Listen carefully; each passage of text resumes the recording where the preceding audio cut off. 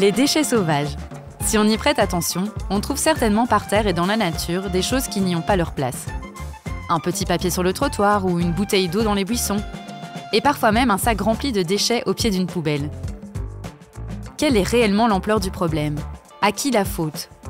Tout au long de cet épisode, on va essayer de te donner les réponses à ces questions. Je suis Aurélie Van Overskeld, je travaille chez FOS+, et je vous accompagnerai tout au long de ce podcast.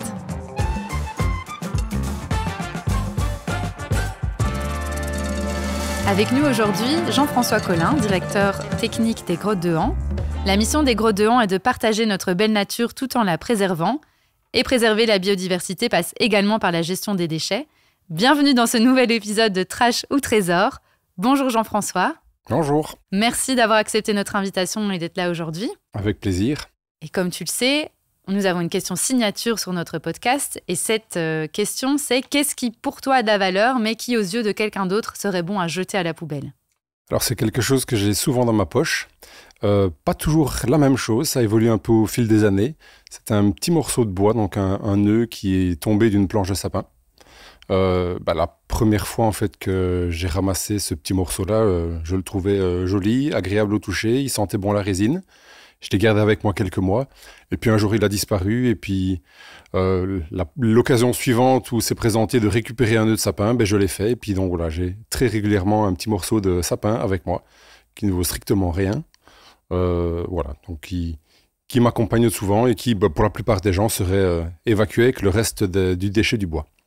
Et est-ce que ça a un petit côté porte-bonheur? C'est pour ça que tu le gardes? Peut-être inconsciemment, oui. Même si j'y attache pas énormément d'importance, mais c'est certain que quand je ne l'ai plus, dès que à la première occasion, je me refournis un petit morceau de planche de sapin. Trop bien. Et je pense que tu l'as avec toi aujourd'hui en plus. Exactement, oui. Il est dans ma poche. C'est vraiment pour la bonne chance du podcast, j'ai l'impression. Exactement. Trop bien, trop chouette.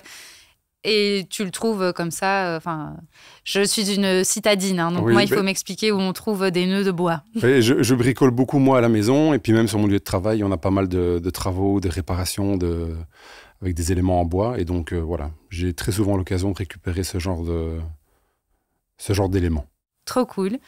Aujourd'hui, nous allons parler de déchets sauvages, mais avant ça, est-ce que tu peux m'en dire un petit peu plus sur ce que tu fais concrètement aux Grottes de Han? Quel est ton rôle en tant que directeur technique?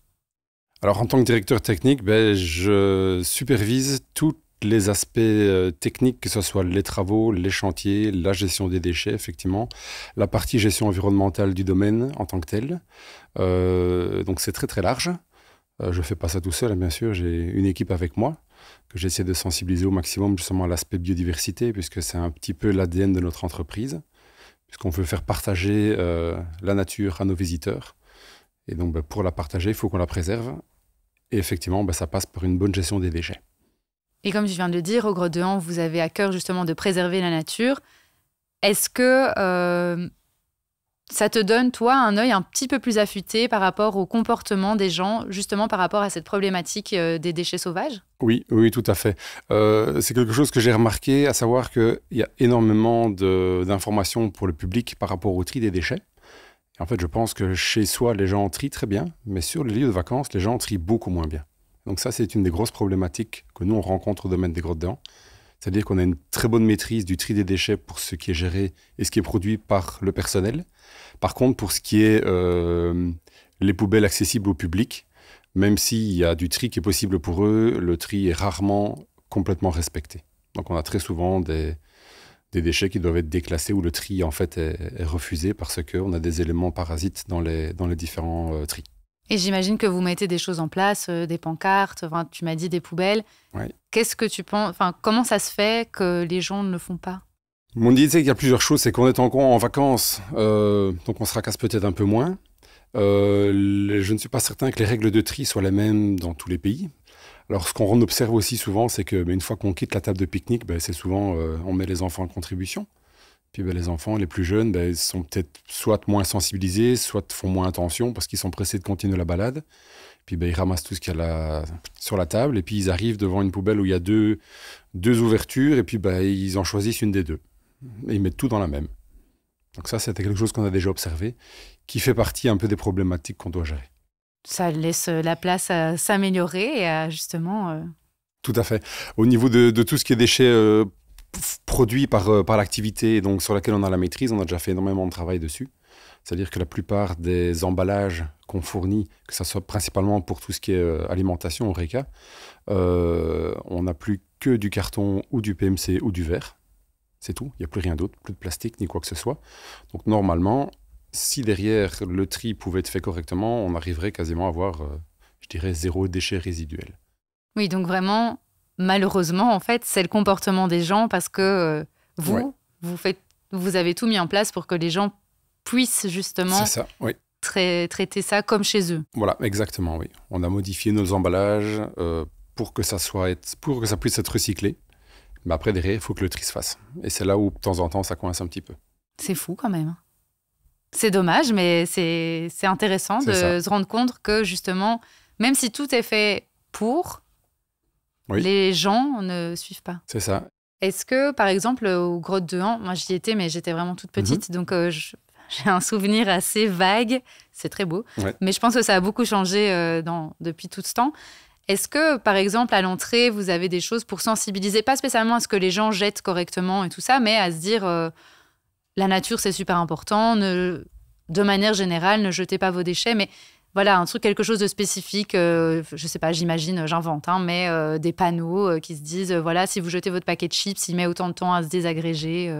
Alors, on n'a pas de panneaux aussi complets que ça, parce qu'on a déjà énormément de panneaux d'indication, et pour ne pas noyer les visiteurs, on n'en rajoute pas trop. Mais par contre, c'est vrai qu'à l'entrée du parc animalier, pour les visiteurs qui veulent faire la visite à pied, on rappelle bien les règles, c'est-à-dire on ne quitte pas les chemins, on ne touche pas les animaux, on ne leur donne pas manger, on ne laisse pas ses déchets traîner. Donc il y a des règles générales qui sont un peu des règles normalement assez courantes, qui sont les mêmes que quand on va se promener dans la nature normalement. Voilà, ça c'est ce qu'on rappelle.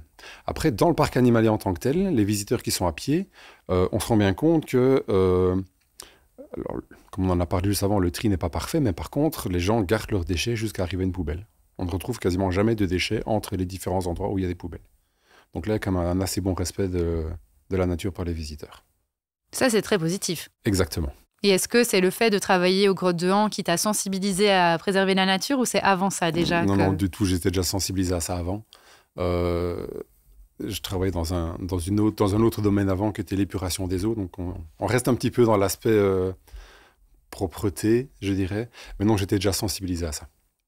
Et ça t'a encore plus sensibilisé de travailler là au contact des animaux, enfin pas toi tous les jours au contact des animaux, mais ça peut être long. Je pense pas que je sois plus sensibilisé. Par contre, moi j'ai un beaucoup plus gros travail de sensibilisation des gens. Voilà, ça a été une de mes motivations pour aller travailler là-bas. Justement, c'était le milieu dans lequel ça se passait.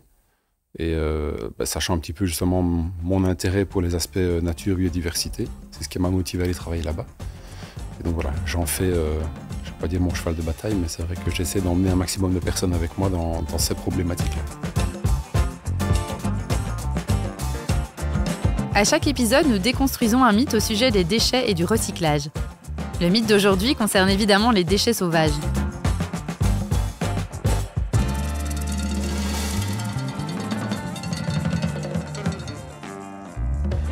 Les gens disent souvent qu'ils ne ramassent pas les déchets qu'ils voient par terre parce que ça n'a pas d'impact et que ça serait un combat sans fin. Est-ce que tu es d'accord avec ça ? Non. C'est bien. Oui, c'est bien. Pourquoi ? Parce que si tout le monde suit ce raisonnement-là, on aura des décharges partout. Et donc, il n'y a pas de petits profits ou de petits bénéfices, je dirais, en tout cas, à ce niveau-là. Le moindre geste peut compter. Comment motiver les gens à comprendre que ce petit geste, finalement, de jeter simplement dans une poubelle et pas dans la nature, a un sens ? Je ne sais pas trop. Ce que je sais, par contre, c'est que quand on fait les opérations BiWAP et qu'on ramasse, qu'on met des sacs qui sont souvent empilés tous ensemble au coin de la rue pour que le service de ramassage est plus facile, ça, c'est très impressionnant à voir. Pour quelqu'un qui ne se rendrait pas compte, en étant passé la veille en se disant « non, c'est propre ici », puis quand le lendemain, il voit le nombre de sacs qui est entassé, on se rend vraiment bien compte qu'il y a une grosse différence. Et donc, c'est peut-être ce genre d'image-là qui devrait être communiqué. En disant, voilà, vous pensiez que c'était propre, mais on a quand même réussi à ramasser tout ça. Oui, c'est pas bête. Au moins, ça rend vraiment... on se rend compte que c'est vraiment une problématique. Et je pense que là, les gens se diront peut-être, même le petit machin que je vois là, En fait, il n'y a pas que lui. Il y en a beaucoup d'autres à côté. Donc vraiment, ces initiatives d'aller ramasser les déchets tous ensemble ou même tout seul, mais ça a vraiment un impact. Oui. Oui. Et puis même personnellement, je trouve que c'est important de le faire. Pas passer à côté d'un tas de déchets et se dire c'est bon, le prochain s'en occupera. Non, parce que le prochain ne s'en occupera pas. Mais il s'en occupera pas plus. Il aura la même réflexion. Exactement. Tout à fait. Est-ce que tu penses comme ça, dans un monde idéal, si on avait tous les moyens possibles, quelle serait la solution pour lutter contre les déchets sauvages? Alors, je crois que la solution, des solutions techniques, on peut en trouver autant qu'on veut, mais ça ne fera jamais qu'essayer de régler le problème qui est présent. Il faudrait juste que les gens arrêtent de jeter leurs déchets, tout simplement. Voilà. Alors, il y a plusieurs façons de faire. Soit il faut ne pas créer le déchet, mais bon, ça nécessite de l'organisation. Acheter des aliments en vrac ou ce genre de choses. Et donc là, l'emballage, on doit le conserver pour aller refaire les courses après. Ou alors simplement que les gens se disent je rentre avec à la maison, j'ai une poubelle chez moi. Oui, finalement, c'est un geste simple qui peut Tout à fait. rendre la planète plus durable. Exactement. Alors si temporairement notre voiture ressemble un petit peu à une poubelle, c'est pas grave. Quand on arrive à la maison, on vide. Je vais retenir ça. J'en parle parce que ça m'arrive parfois. C'est un bon conseil. Voilà, exactement. Nous avons posé quelques questions à notre expert du jour, Céline Perterbrook de Tibi, l'intercommunale qui gère la gestion des déchets et la propreté publique à Charleroi. Voici ses réponses. Quelles sont les solutions, selon nous, pour lutter contre les déchets sauvages ? Malheureusement, il n'existe pas de solution miracle, mais certaines pistes sont là pour essayer et pour lutter contre les déchets sauvages, telles que la sensibilisation et l'éducation, organiser des campagnes de sensibilisation pour informer le public sur les impacts des déchets sauvages et les encourager, par exemple, à adopter des comportements responsables. Une deuxième piste pour lutter contre les déchets sauvages, c'est la répression environnementale. Mettre en place des amendes et des sanctions pour dissuader les personnes de jeter leurs déchets en rue ou dans la nature. Une des troisièmes pistes que l'on peut aussi aborder, c'est la vidéosurveillance.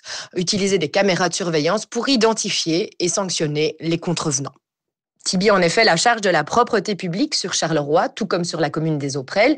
Ainsi, notre intercommunale se charge de missions de balayage manuel et mécanisé, de la vidange des corbeilles publiques ou encore l'enlèvement des dépôts sauvages. Tibi est plus que jamais convaincu que l'amélioration de la propreté d'un espace public passe nécessairement par la réalisation d'actions soutenues et régulières en matière de prévention, de sensibilisation, de nettoiement, mais également de répression. C'est pourquoi nous proposons un appui à toute commune wallonne qui le souhaite en matière de répression liée à la salubrité publique via notre secteur 3. Nous avons procédé en juin 2023 à l'engagement de 4 agents constatateurs pour renforcer les contrôles dans l'espace public et collaborer encore plus activement avec les agents constatateurs de la ville de Charleroi et la zone de police. En complément, nous pouvons également mettre à disposition des caméras de surveillance aux abords des lieux problématiques de malpropreté et nous avons aussi testé des caméras intelligentes à Charleroi et Ézot. Je dirais que le citoyen peut en effet signaler les dépôts sauvages, informer sa commune ou les autorités locales dès que le citoyen peut constater un dépôt sauvage. En Belgique, notamment, on peut contacter son bureau de police locale. Une deuxième piste, c'est également de participer à des campagnes de nettoyage, rejoignez ou organisez des opérations de nettoyage dans votre communauté.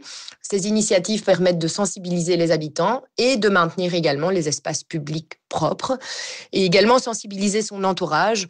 Il est important de parler de l'importance de la gestion des déchets avec ses voisins, avec ses amis, avec sa famille. Plus les gens sont informés, moins ils sont susceptibles de jeter leurs déchets n'importe où. Et surtout, ayez des gestes éco-responsables en rue, dans la nature ou à la maison.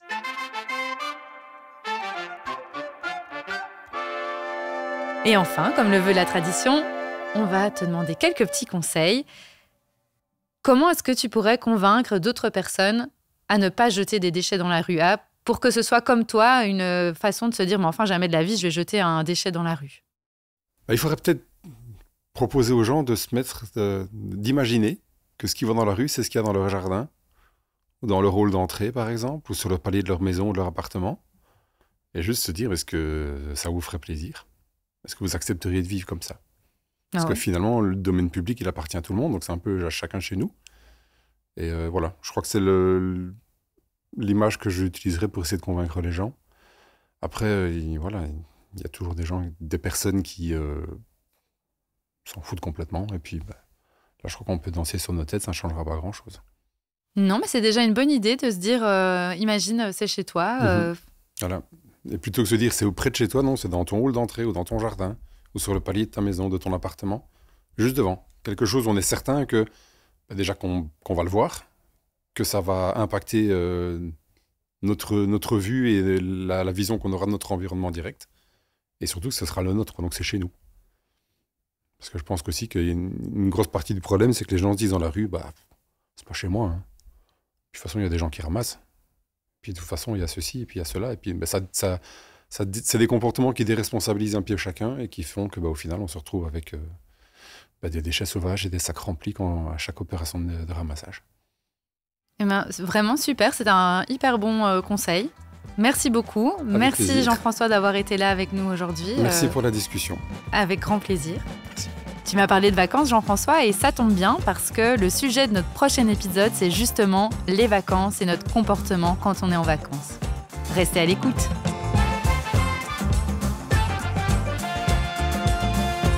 Merci de nous avoir écoutés. C'est le moment de passer à l'action. Tu as des petits conseils pour un meilleur recyclage à partager avec nous et nos auditeurs ? N'hésite pas à les poster en commentaire. Et pour ne rien louper de Trash ou Trésor, suis-nous sur nos réseaux sociaux et abonne-toi au podcast. Tous ensemble, faisons la différence pas à pas.